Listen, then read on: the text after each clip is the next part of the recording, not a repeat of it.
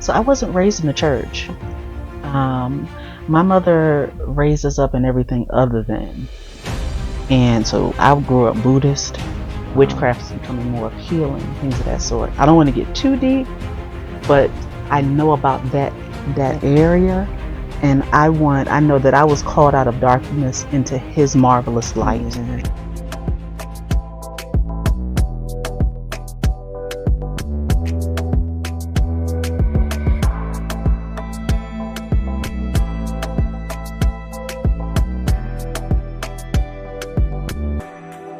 Welcome to UNSAID the Ellie Effect. This is a space where we make room for silence, for honesty, and for the parts of our stories we don't always say out loud. A place for conversations we don't rehearse, where we slow down long enough to hear what usually gets skipped, and today we begin. But before we get started, I wanted to acknowledge the man behind the camera, my husband, who truly helped birth this podcast.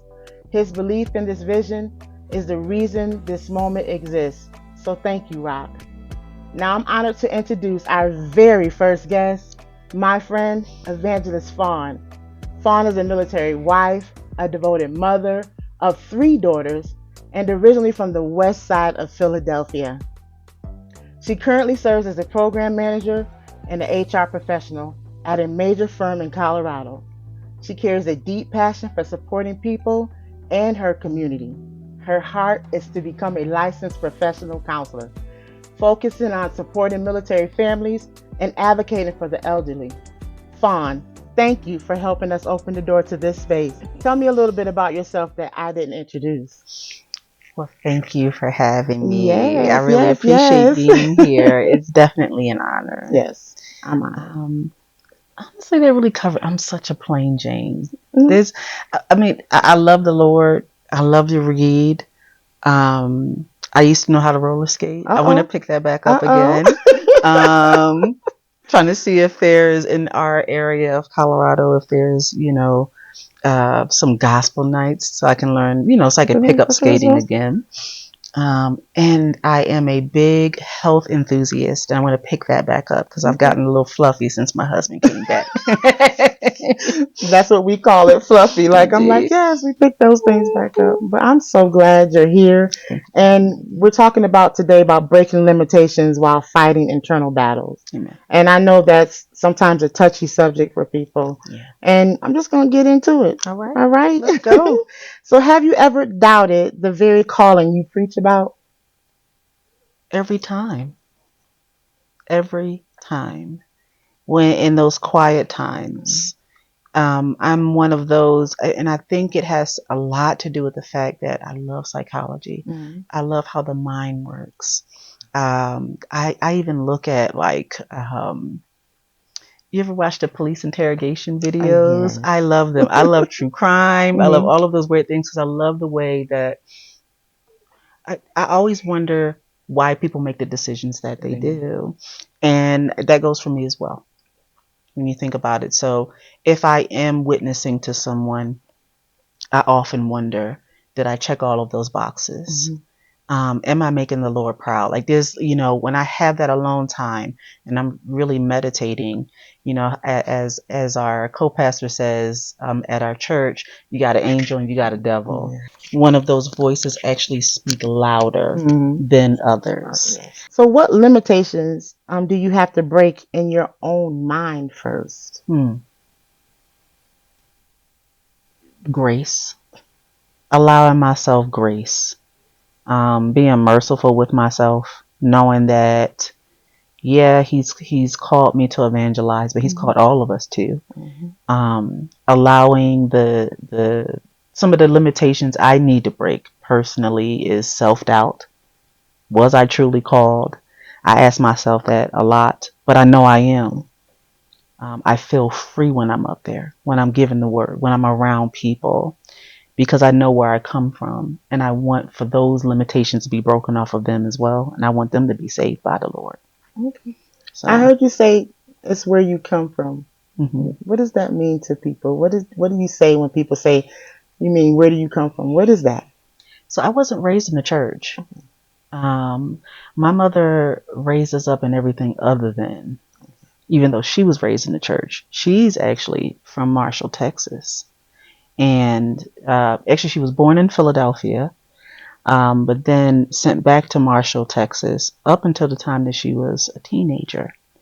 And I guess because she was in church all of the time, homeschooled, all of the above, working on a farm in East Texas, um, that she wanted to push her, she pushed away from the church.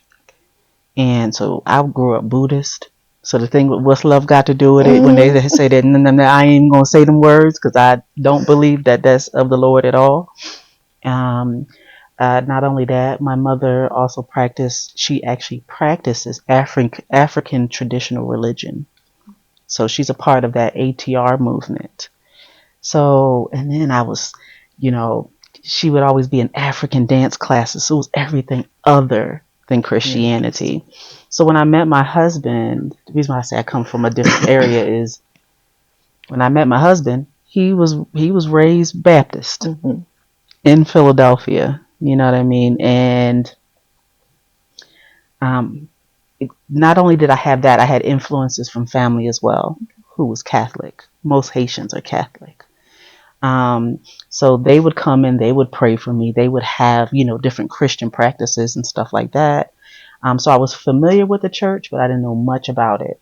So when I finally came to the Lord, I knew that this is the right way to go. And I don't want anyone else to be lost. And what I've noticed is that there's actually a flip. More African Americans, those from the diaspora, are actually very interested in those faiths from Africa. So it's becoming more appealing. Wow. Witchcraft is becoming more appealing, things of that sort. I don't want to get too deep, but I know about that area, and I know that I was called out of darkness into His marvelous light. Yes. And I don't want it to be a transfer where I was called into His light, but they're actually stepping into darkness, if that makes sense. Yeah. Hopefully I answered that question. Oh, you did good. You're doing good. So tell me, what's the hardest season you walked through while still ministering? I would say this has been a difficult season for me, mostly because of that limitation of doubt, that limitation of where my place is, both at work, just at home, all of the above. As a military spouse, you learn to adapt, but it never becomes the easiest because every season is different. I used to try to apply the same practices, especially when my husband would deploy.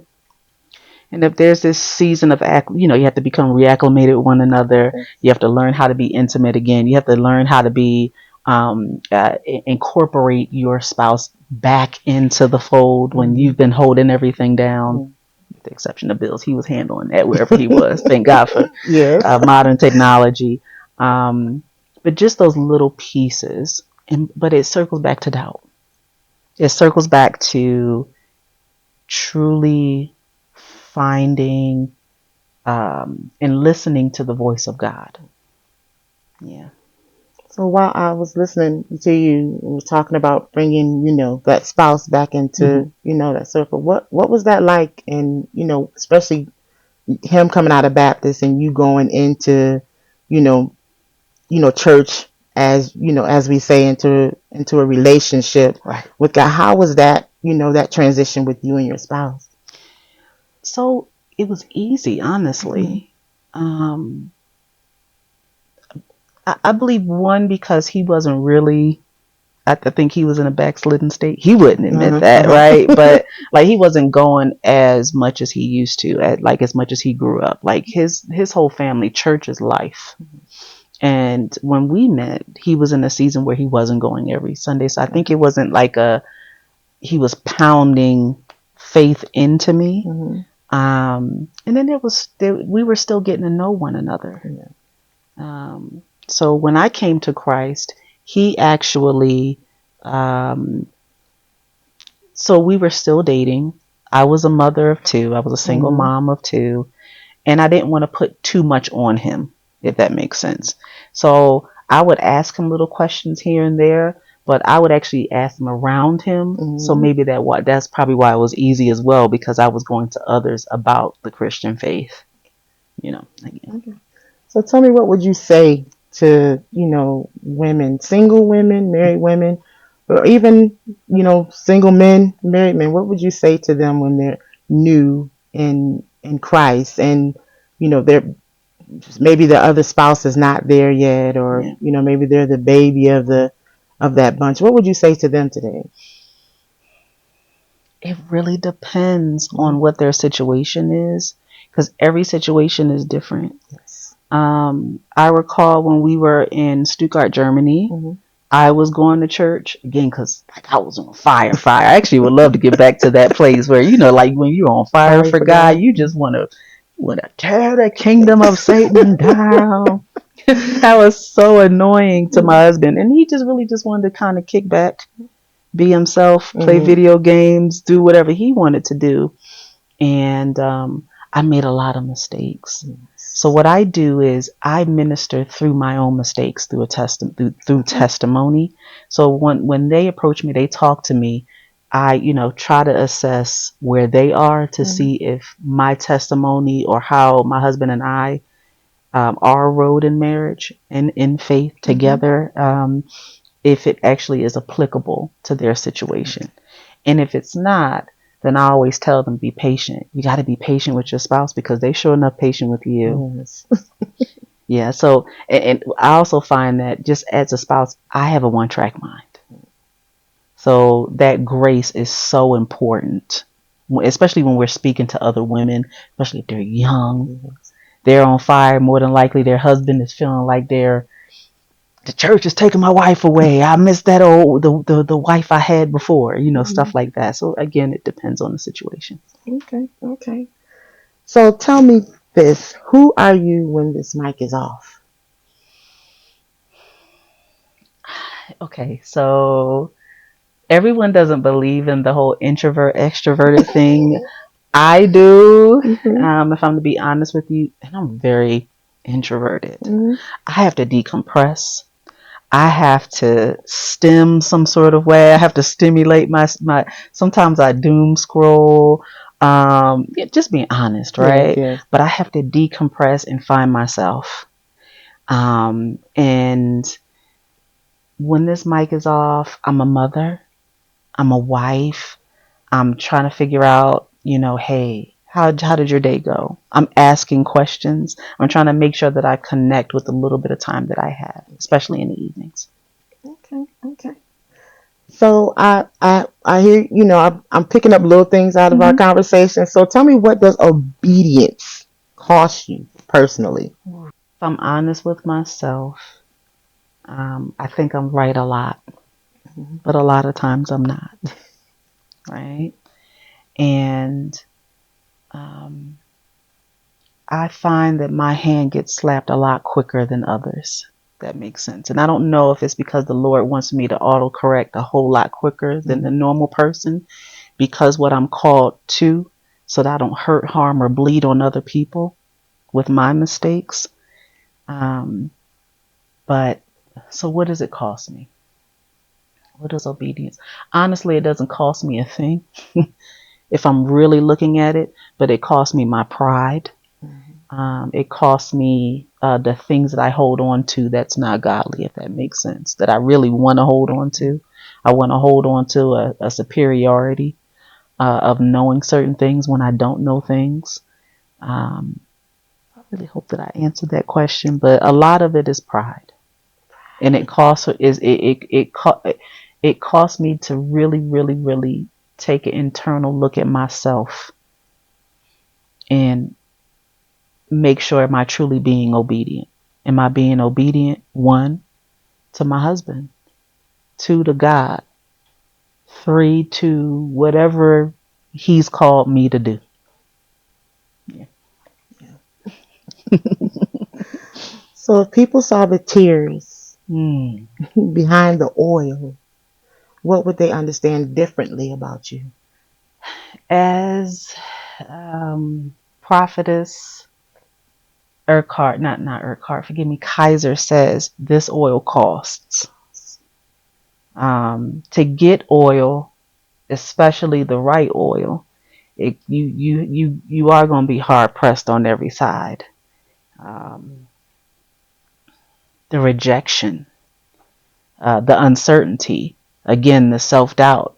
Um, it used to be, do I even look the part? I don't even care about that piece about anymore, because I guess because I'm old. I'm getting old. Um, Behind the tears is, Lord, am I going to hear, well done, good and faithful servant? That's what's behind it, because I don't want to waste his time. I just don't. I don't want to waste God's time. He did so much. Y'all made me cry. It's okay. Doggone it. It's okay. I got it just for you. Thank you. But I don't want to waste God's time. So that's what's behind the tears. Is the beating myself up, replaying when I have the opportunity to preach. I missed that. I was supposed to say that. I was supposed to do that. I was supposed to, oh man, the prayer was supposed to have this in it. So it's the critique. It's like all of those different places. Yeah. I think that sometimes we're harder on ourselves, when it comes to ministry. Yeah. And, I hear you with saying to try to critique yourself or try to remember the things that you should have said, Yeah. or that you wanted to say. But the anointing is powerful. Yeah. It's powerful, but it's also pressure. Yeah. And you release that, today, because we can see and hear all of it. And I just want you now to look at, not me, but look at the camera and tell the people, that the oil may cause pressure. Indeed. Which one? That one right there. The oil will cause will there's pressure that comes with the oil, but it's worth it. I don't want to discourage you. I want to push you towards the cross, not away from it. A lot of folks run away from the cross because of the cost. But it's a small, small, small price to pay, because he created you, he loves you, he cares for you, and he wants you to draw nearer to him.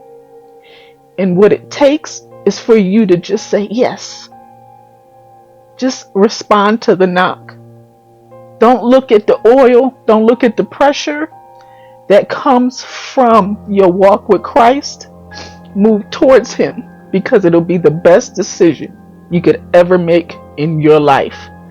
No guru, no imam, no priest that is not preaching Christ could ever do what Christ can do.